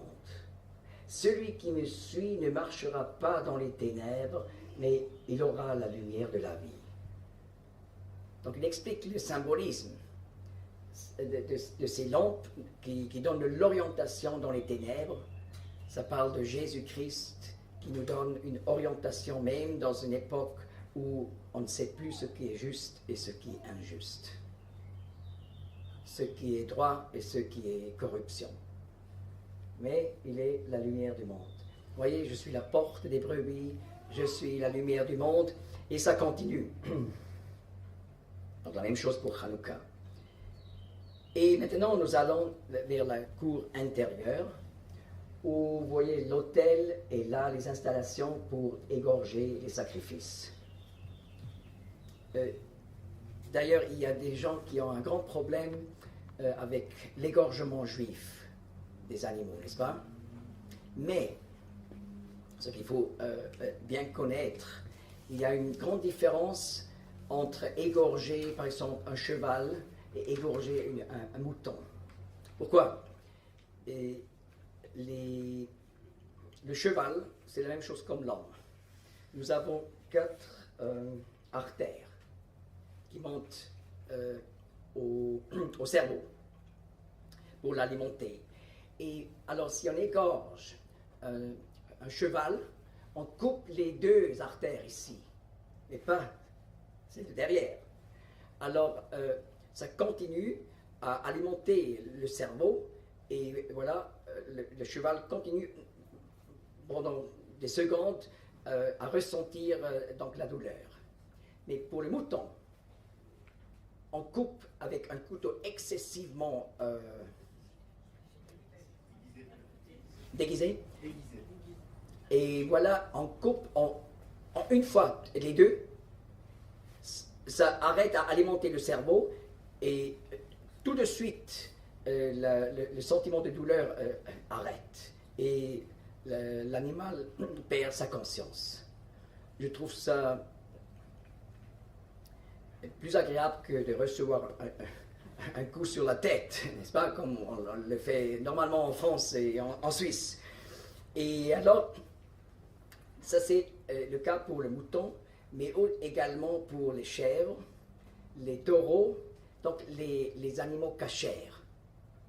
Et les animaux comme le cheval, l'âne et le cochon, les animaux non cachers, c'est autrement, ils ont 4. Alors ça, c'est pas la même chose si on égorge un cochon comme si on égorge un mouton. Juste en parenthèse. Je trouve ça c'est intéressant de savoir parce que j'ai jamais dans ces discussions entendu cet argument. Eh bien, il y avait bien des fusions de sang chaque jour dans le temple. Et en Hébreux 9, 22, nous lisons « Sans effusion de sang, il n'y a pas de rémission ». Donc, par ce symbolisme, le peuple d'Israël a compris qu'il faut l'effusion de sang pour obtenir le pardon de Dieu. Et finalement, Jésus-Christ est venu. Il est mort à la croix. Il a donné son sang. Et 1 Jean 1, verset 7 nous dit « Mais si nous marchons dans la lumière, comme lui-même est dans la lumière, nous avons communion les uns avec les autres. Et le sang de Jésus-Christ, le Messie, son Fils, nous purifie de tout péché. » Voilà, c'est le chemin du pardon que Dieu offert à l'humanité. Hébreux 10, verset 14, « Car par une seule offrande, il a rendu parfait à perpétuité ceux qui sont sanctifiés. » Donc, ces sacrifices innombrables étaient simplement un type de cette seule offrande de Jésus-Christ à la croix. Il est remarquable.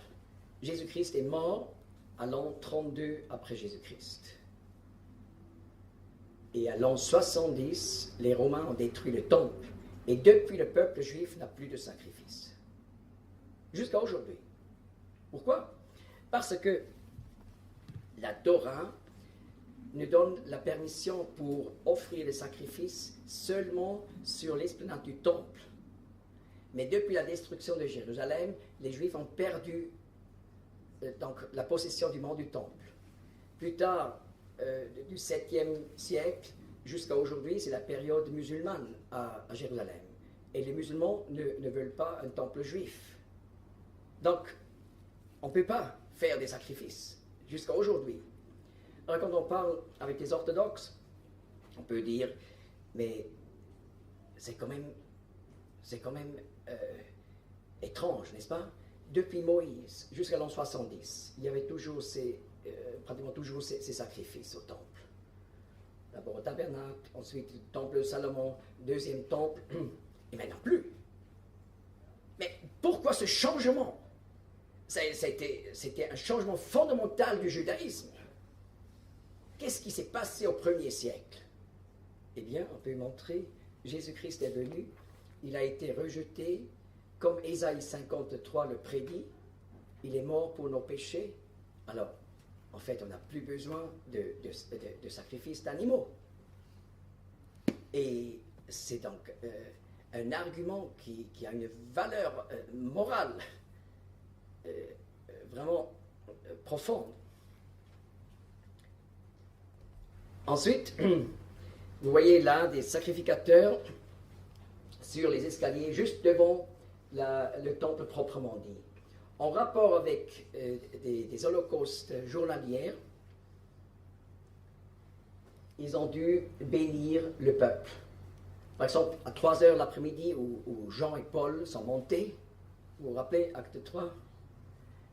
Alors là, c'était le moment de la bénédiction des sacrificateurs. Et ils ont dû réciter Nombre 6.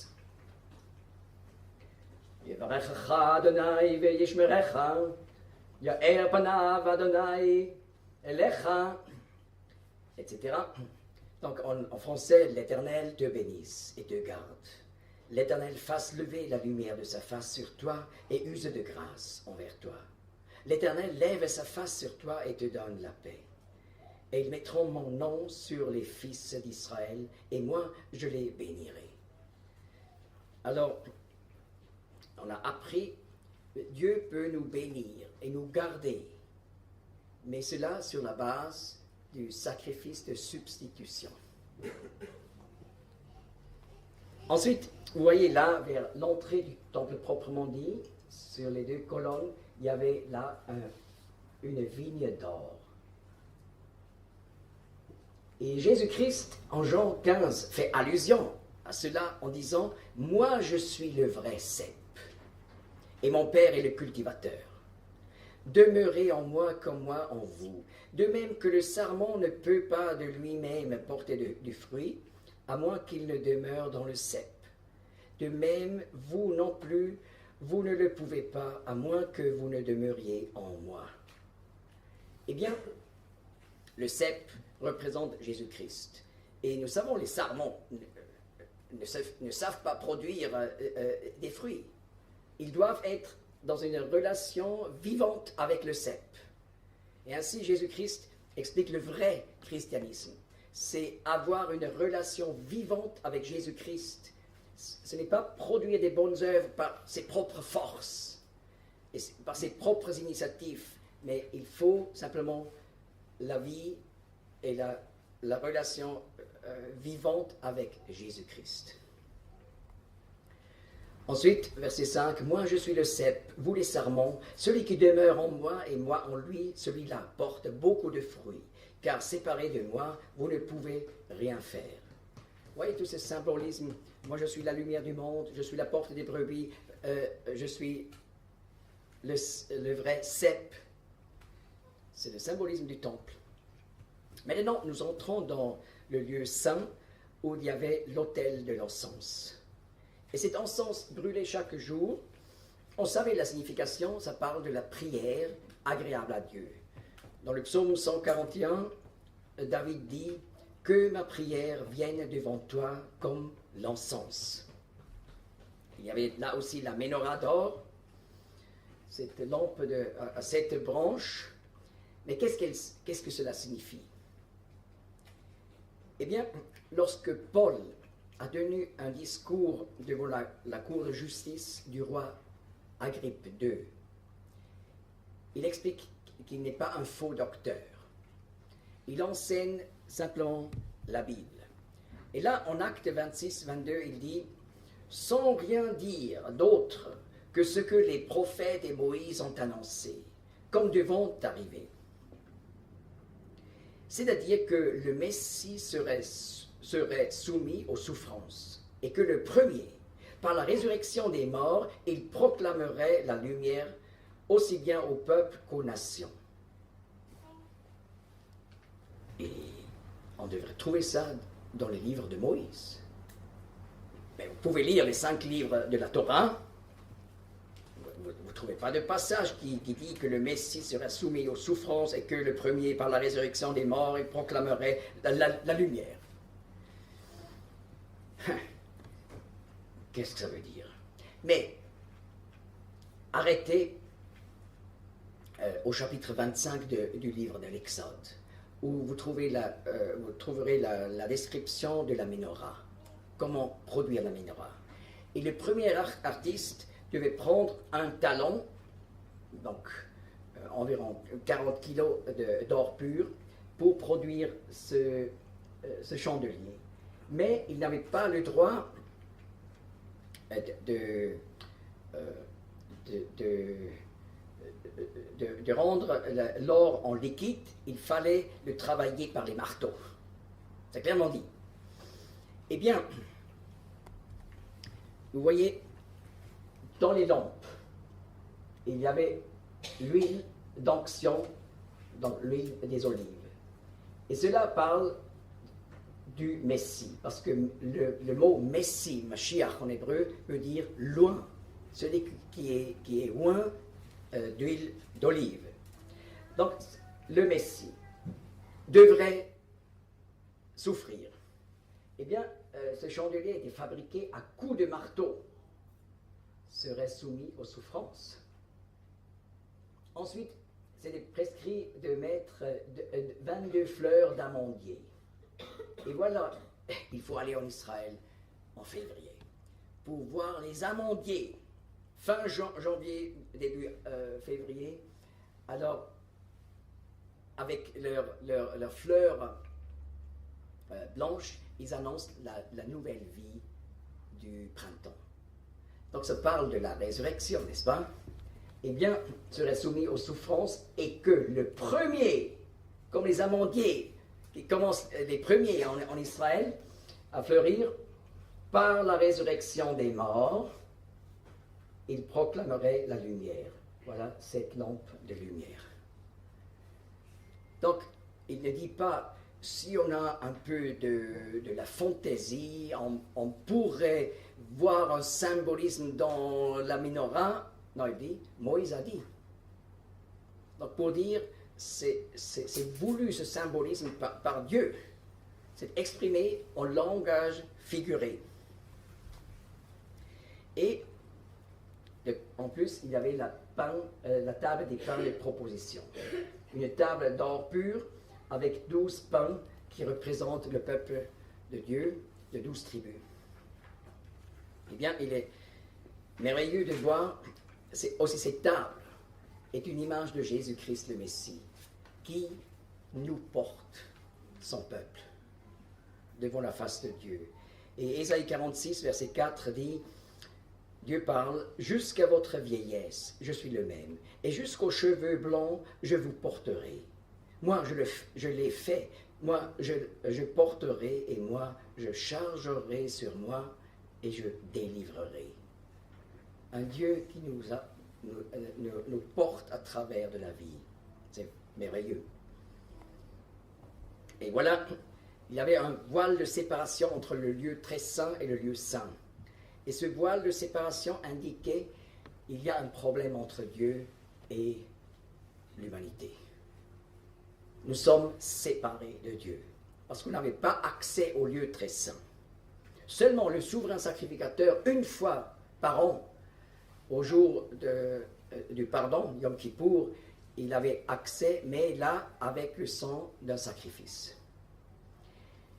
Mais voilà, Matthieu 27, 51 nous dit, au moment où Jésus-Christ est mort à la croix, donc à 3 heures, où on a mis l'Holocauste, le dernier, sur l'autel, où un sacrificateur a dû brûler de l'encens sur l'autel d'or, dans le lieu saint.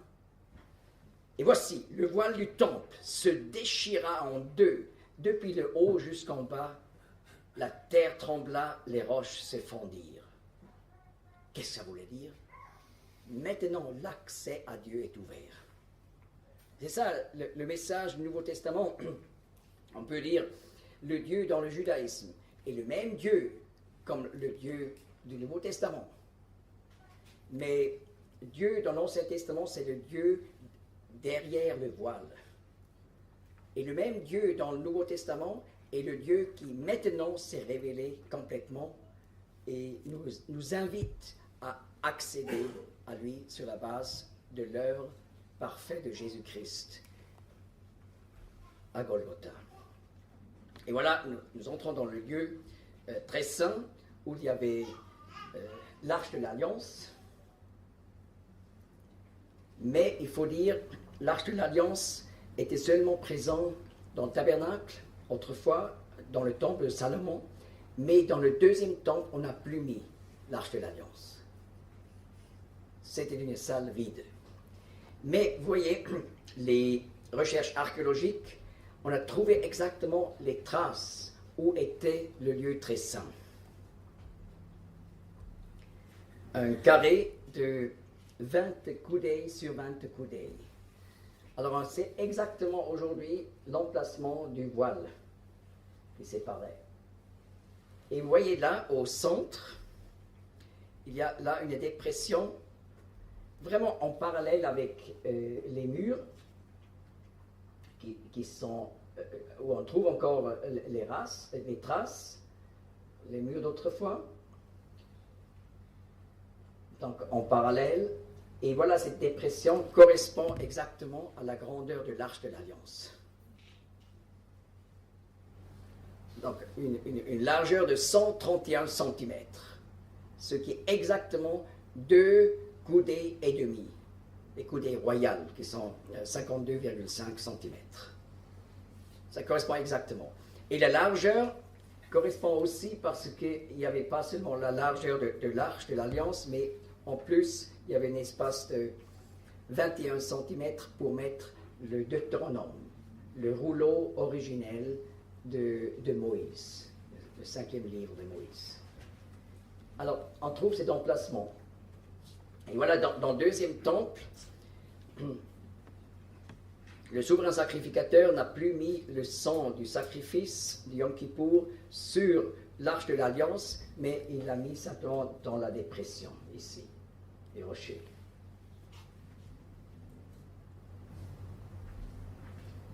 Et voilà,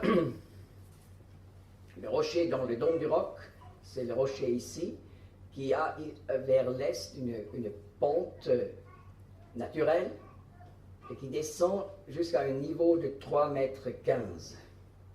Et cette différence a été remplie par des grandes pierres pour ajuster donc le sol du lieu saint avec le lieu très saint sur le rocher. Vous voyez? Eh bien, Jésus-Christ dit, en rapport avec l'Église, le temple de Dieu aujourd'hui, « Moi aussi je te dis que tu es Pierre. » Pétros, ce qui veut dire en grec une pierre. Et sur ce roc, en grec Petra, qui veut dire roc, en contraste avec une pierre, je bâtirai mon assemblée ou mon église, et les portes de l'Hadès ne prévendront pas contre elle. Donc, Pierre a juste avant annoncé que Jésus-Christ est le Messie, le Fils du Dieu vivant. Et Jésus-Christ dit, je bâtirai mon église sur ce roc, qui est Jésus-Christ le Messie. il faut savoir, dans le psaume 19, il est dit que seulement Dieu est un roc. Jamais non. Dieu. Donc, il explique, sur ce roc, on répétera, je bâtirai mon assemblée. Mais Pierre, étant un apôtre, représente une pierre de construction du temple.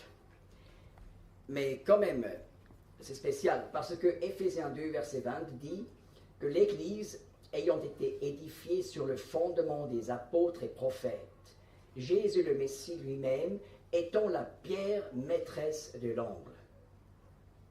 En lui, tout l'édifice bien ajusté ensemble grandit pour être un temple saint dans le Seigneur.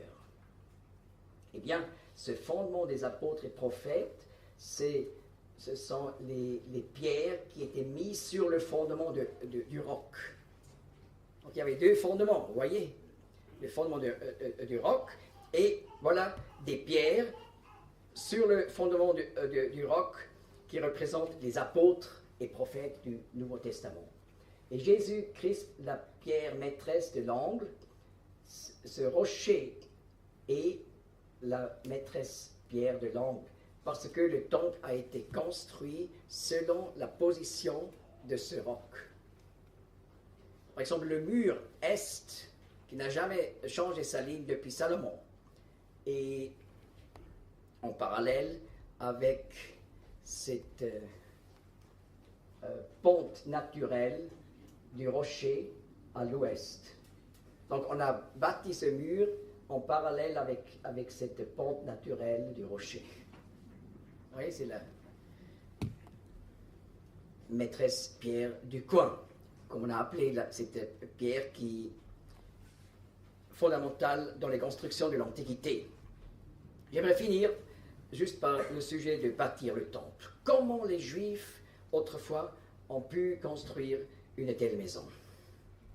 D'abord, les Romains ont détruit tout à l'an 70. Et on voit encore les débris de la destruction des Romains sur place.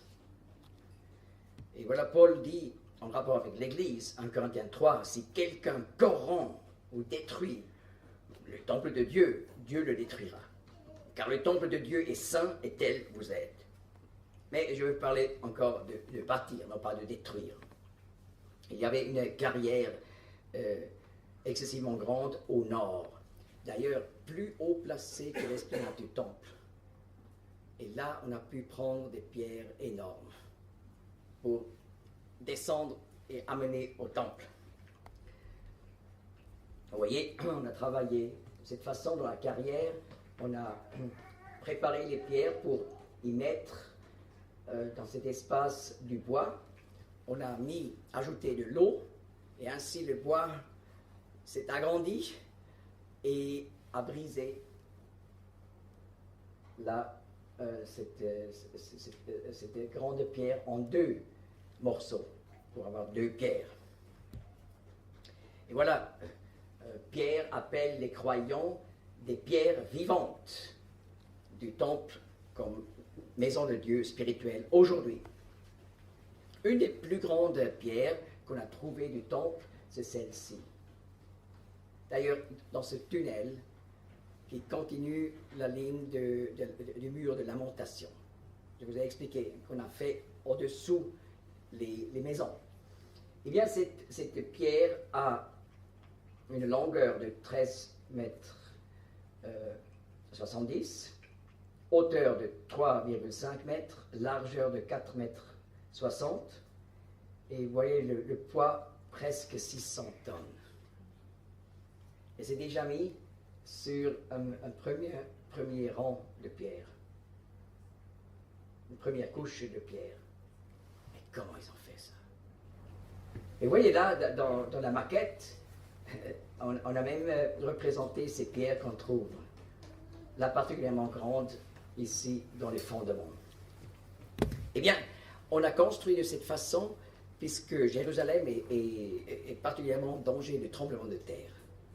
Donc il faut là des pierres qui donnent une stabilité à la maison de Dieu.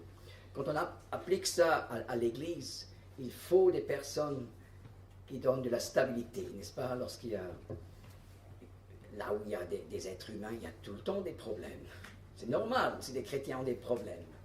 Mais afin que ça ne détruise pas la communion dans une église, il faut vraiment des personnes qui sont comme de telles pierres, qui donnent de la stabilité. Je finis par cet ossuaire. Pas tellement splendide, n'est-ce pas? Mais l'inscription est intéressante. On a trouvé ça il y a quelques années seulement. En araméen, on peut lire Simon Banai Heichla.